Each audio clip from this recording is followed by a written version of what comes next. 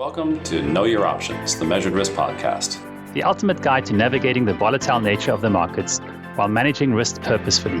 Join us as we challenge the theory behind traditional asset allocation and dive into the mathematics of investing. Whether you are a seasoned investor or just starting out, this podcast offers valuable insights and practical advice to help you make informed decisions and manage your money wisely. So grab a cup of coffee, sit back, and let's dive into the world of calculated risks together. All right. Well, my name is Larry Kriesmer. Welcome to our show, Know Your Options podcast. My guest today is Rory Henry, and he's let's call it a visionary in the area of all things wealth management, technology, accounting, and predominantly, let's say, behavioral finance and understanding human behavior. So welcome to the show today, Rory. Thank you for the warm introduction, Larry. I appreciate that. You bet. So I was fascinated. I think I have a pretty good handle on behavioral finance, but in the brief readings I've done that you've sort of shared, you take a much deeper approach. And so maybe you could share how you came to using that maybe as your true north or your compass and how you kind of yeah. Well, I'll try to get us. Yeah, I'll try to get us there. I started out in the tax business, and around 2016, Larry, I developed a tax practice management technology to help bring that into the tax business or the accounting business into the 21st century with CRM, document management, IRS transcript delivery system. Just because if you work with your tax preparer and you look at their screen when they're doing the tax return, it looks like an MS-DOS or a 1998 type of interface, right? And so these legacy platforms, the Intuits of the world, the Wolters Kluwer, just didn't have a need to innovate. They were the incumbents and nobody was coming in there. So I developed tax technology. Around the same time, there was another firm out there that built something similar, and they went through like 77 million in venture capital money. And so when I went out to the venture capitalists, they said, Rory, sounds like a good idea, but it looks like these incumbents will be hard to dethrone. So I ended up actually hooking up with our CEO at Arrowroot Family Office, Rob Santos. And we are an RIA, and we are a family office, Larry, in the sense that we manage our own finances as well as high net worth families. And then we're a big believer in the transformative power of technology. So really to provide our family office level of services to the ultra affluent as well as the everyday client. So I fell in love with this concept of a family office, and I saw where technology was going, and we were able to really connect these professional services, tax, accounting, wealth management, insurance, estate planning in an authentic modern way that provide for the many needs of the client. So I developed a program that helps educate, partner with CPA and accounting firms on how to integrate holistic wealth management, or what I call our virtual family office model, into their practice. And then, as you mentioned, I geek out on behavioral finance. I absolutely love it. I believe it is the future of advice, really providing that deeper, more meaningful relationship and conversation with the client to help them uncover what matters most to them. So it's my long way to get to the behavioral finance answer, Larry. Mm-hmm. Well, I think it's super important to have that as the anchor, some sort of guidepost for any relationship between a consultant and their client. And you could probably extend this to virtually any business line, that ultimately if we're being hired to manage something or to create something, we're doing it to solve a problem for the person who's doing it with us. And we have to really be clear that both of us are trying to solve the same problem. Because if I'm trying to solve problem A and my customer is trying to get problem B solved, I may be doing a hell of a job on solving problem A, but it doesn't do any good if they're looking for problem B, for problem A. So, I mean, that's really, really important. When you say you developed a program, is this something like a educational program or a software program that you put into a computer and download and run, or what is it? Well, I did have that software venture that ended up being halted. So I'm a little averse to doing technology again. So what I was able to do, so we have thought leadership, we have a bunch of content that we produce that is educational material. And then I have put together some of the best in breed when it comes to software solutions in each of these professional services types of business lines. So tax, accounting, wealth management, and the financial planning aspect, estate planning. So I was able to get them to really give us the ability to showcase their platforms. And then we show the CPAs, the accounting firms, on how to put that all together, package it, and communicate it to the client. Yeah. We wouldn't expect a CPA firm to suddenly be able to do, let's say, advisory services in sort of a traditional role in IRA space. Do you act as the back office for them then and provide those services, and they act as sort of the primary relationship driver? Is that what you're trying to? Correct. Yeah, we basically act as the back end family office, and we work together with those clients in that relationship. But I don't think people give CPAs and tax professionals enough credit out there. They just went through a Navy SEAL of training when it came to government programs. Think of the PPP, the EIDL. Many people's first financial responder is that CPA, that accounting professional. Mm-hmm. So we're seeing this evolution, Larry, in the profession from being a reporter of the past, a recorder of the past, to now providing more future-facing services.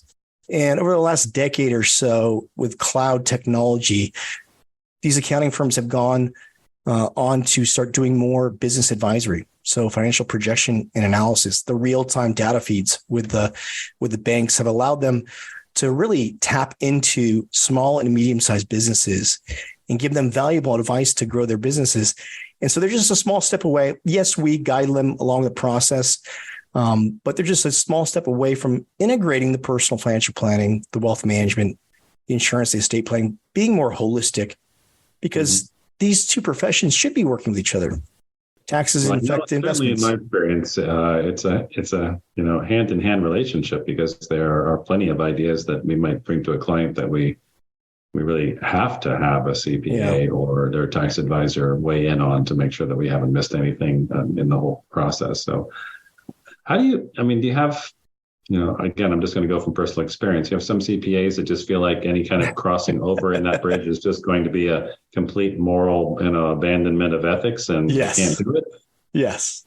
And we get a lot of that. That's not the case then, right? There's nothing prohibiting anything like that from happening, correct? No. So there was the perceived conflict of interest. Obviously, if you do audit work and testation, you can't do what we're doing here. But I would say it's becoming as the profession is starting to see greater adoption of the future-facing, more the business advisory services over the last decade. They're now starting to see the opportunity with the wealth management. I mentioned before we got on air here, there's a wealth management firm that just bought an accounting firm that has revenues of $100 million. So they're seeing this integrated model. And we're seeing the most success with a lot of times the older accounting professional and then a younger one coming in there who may be taking over the business. They see that opportunity to provide more value to the clients. But I think my personal view, Larry, I think it's a conflict of interest not to have these services integrated or working in collaboration with each other. Well, I think, in our RIA business, there are conflicts of interest, and it's our obligation as the fiduciary to identify them and disclose them and do our best to act independently of that conflict. So I think it's perfectly fine to recognize that there may be a conflict of interest. Just disclose it. Everybody in the room knows what it is, and we're looking out for bad behavior. So correct. I don't think there's any problem with that. Yeah. Now, with Arrowroot at the sort of the pillar, I guess, talk about some of the structure there that you bring to the table, or what you're offering in either support or the approach to advising.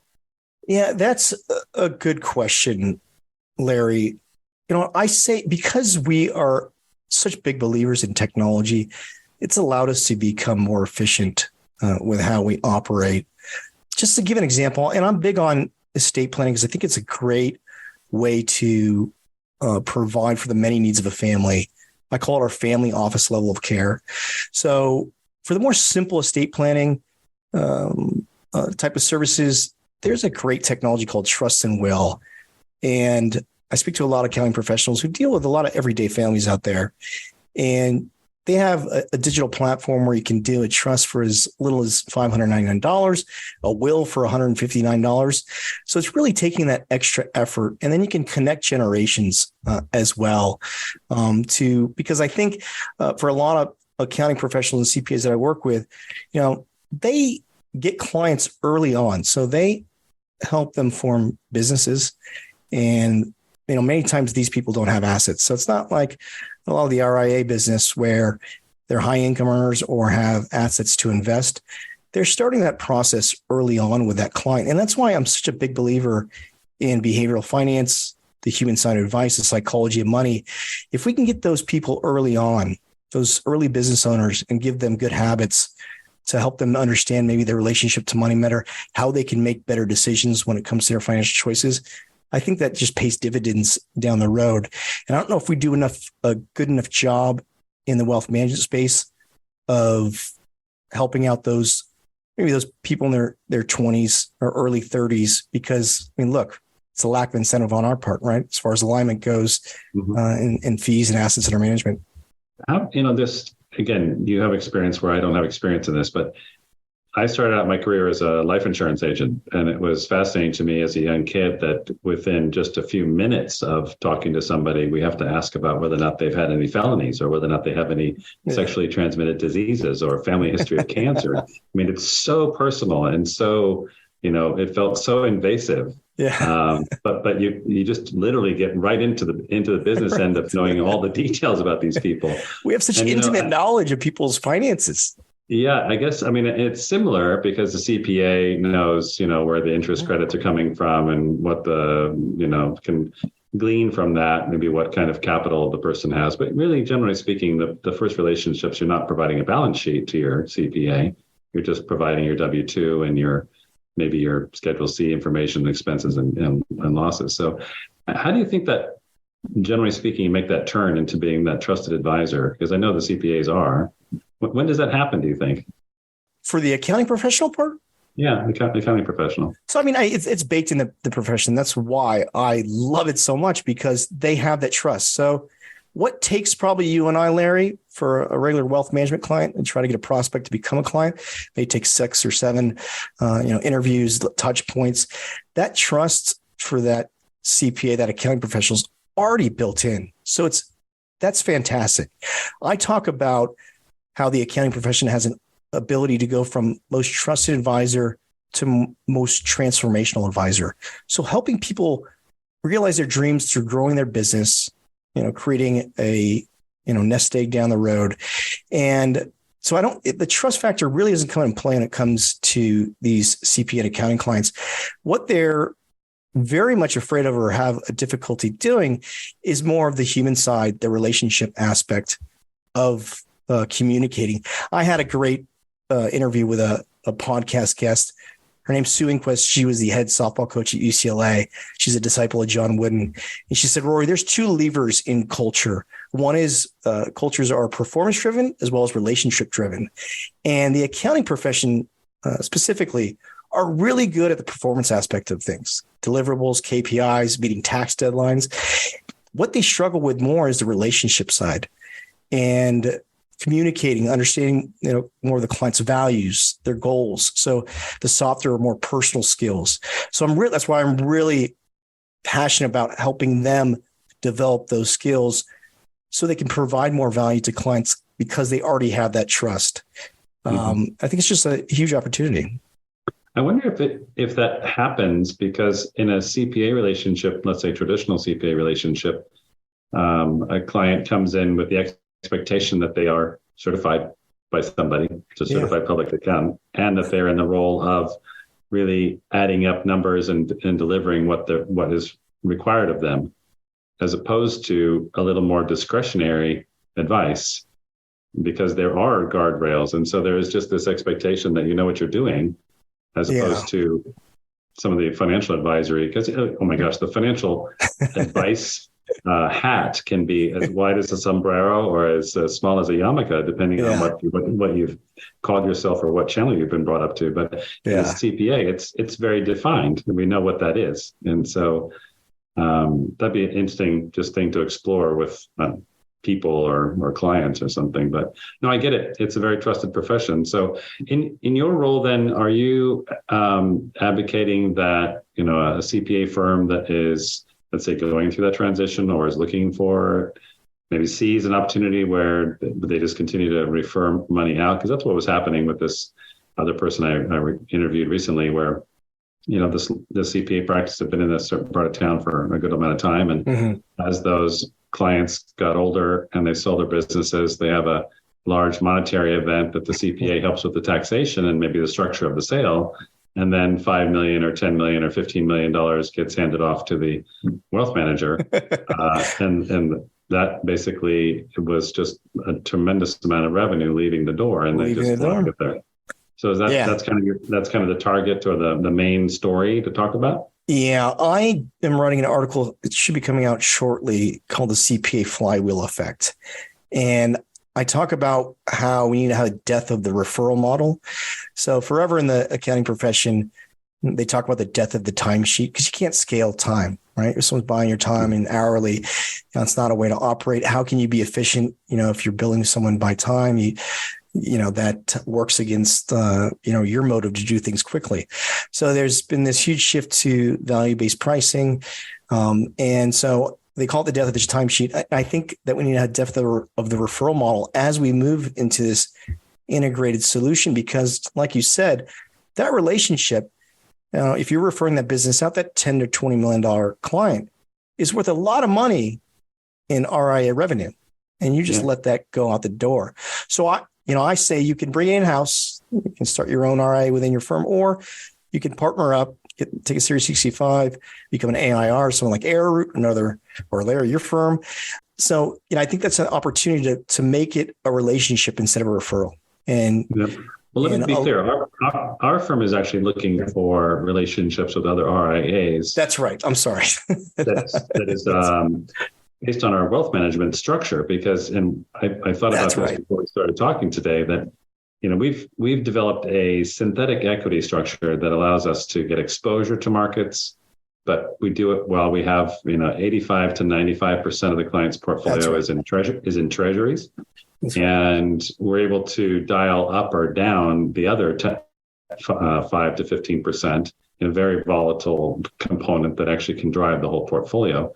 But we do this because we've decided or sort of learned that more traditional asset allocation maybe just can't give us the same kind of risk metrics and controls. Yeah. And I'm fascinated by this angle of working with CPA firms, because it really, I think, would be really aligned well, because it allows for just that possibility of sort of uncapped or unlimited upside potential with a very defined drawdown. So to the extent if you look at the profile of a CPA, that might resonate well. Yeah, well, I mean, it should resonate with most people, but particularly in the accounting industry. But the idea is that if there's, a listener who is a CPA or a listener that's an RIA, there is a firm out there, Arrowroot Family Office, that's interested in helping you develop this, and that there's an opportunity to work together potentially on a number of fronts. So now you have, did we talk about, you have a book coming out? Is that correct? Yeah. So I've had so many great people on the podcast, Larry, some titans in the profession on the accounting side, as well as wealth management side. I've had the fortunate ability to interview Wall Street Journal, Forbes, Accounting Today, and Fortune Magazine, a bunch of publications. So I decided I needed to put together a book and have co-authors write chapters or write partial chapters to really bring this virtual family office, or this holistic wealth management model, to the accounting profession. Because as we both know, accountant CPAs like how-tos, they like guides, they want checklists. Sure. So I decided to put together the book with 24 luminaries who understand what I'm doing and see the future of advice being holistic and really integrating these services in a collaborative, authentic way, leveraging the behavioral finance aspect of it, helping people communicate with their clients, helping them uncover values. I did another podcast with, probably one of my favorite podcasts, Larry, was with Dr. Hal Hirschfield, who's the professor at UCLA. And he is the foremost authority on this concept of your future self. And the research shows that we see our future selves as no different than a stranger. And so we don't necessarily make choices or decisions for that future self. And the way to change that is he talks about painting a vivid visual picture of that future self. So we can start making choices here and now for that person. So I'm fascinated by ways that we can think differently, make better decisions when it comes to our finances, but also make better decisions when it comes to life. In our podcast episode as well, he cited research done by Dan Gilbert from Harvard, who's the head of psychology. And he talks about this concept called the end of history illusion.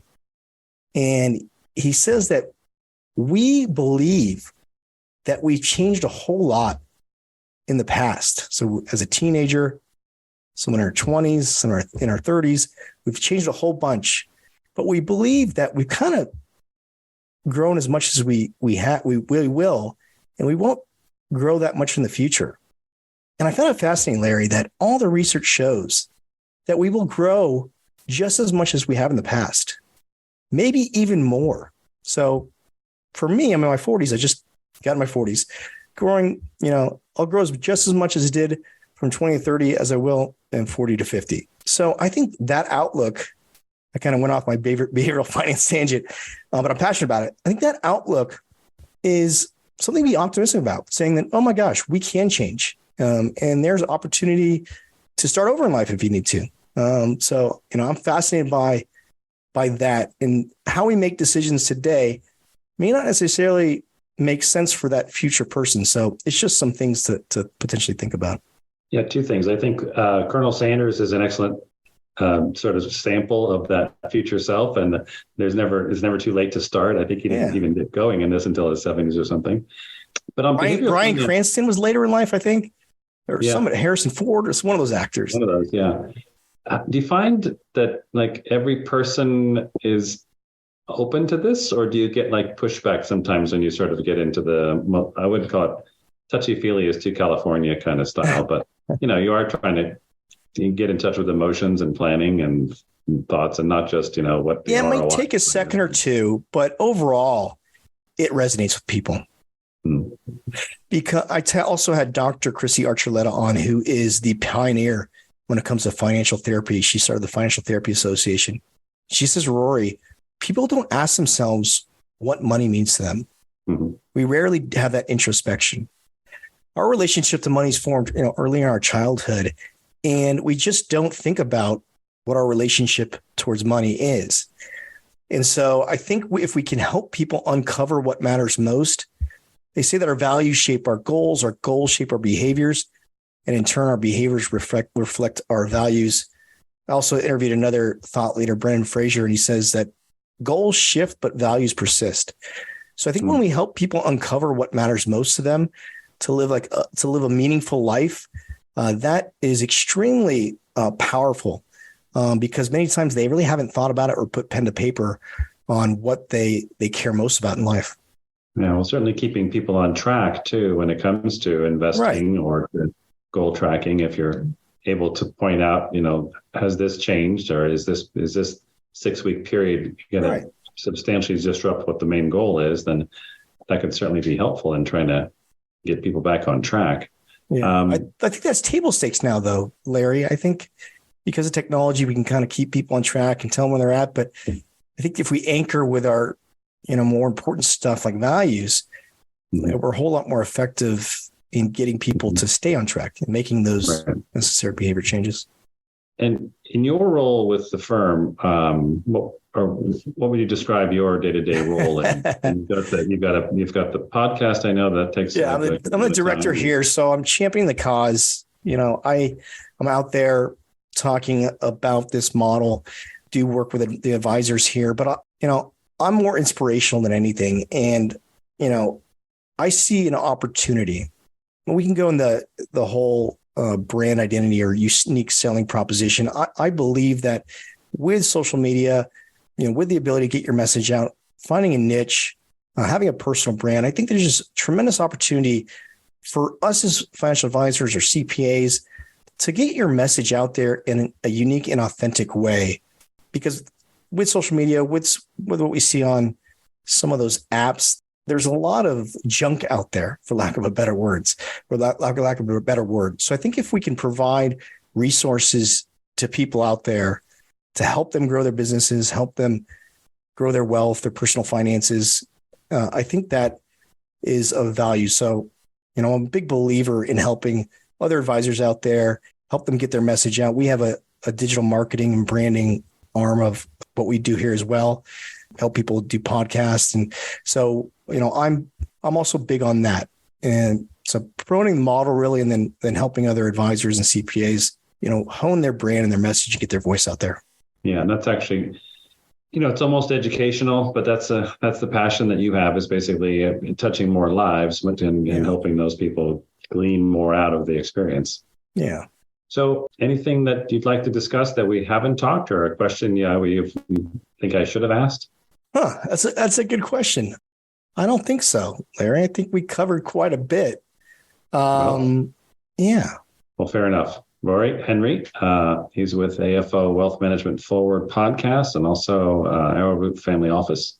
And is there a place where people can reach you, or some sort of website direction? Yeah. So we have a couple of sites. I just launched the book, and if you want to sign up for newsletters or information on it, it's adviseroar.com. So I trademarked AdviseRoar. So it's ADVISROR, and the ROAR is capitalized. It's for return on relationship. So you can get information about the book there.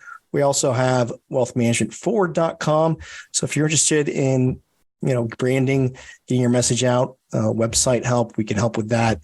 And then arrowrootfamilyoffice.com is our main site as well. Exactly. Well, I appreciate the time today and wish you well in helping those CPAs and others get the mission across for the clients. Thank you so much, Larry. Appreciate it. This interview also may contain statements that constitute endorsements of measured risk portfolios, also known as MRP. Please note that any such statements are not made by clients of MRP, but by representatives of other investment advisory firms that work with MRP. No compensation was offered or given in exchange for these statements. However, a conflict of interest exists due to the incentive to give an endorsement in the interest of a good future working relationship between the endorser and MRP.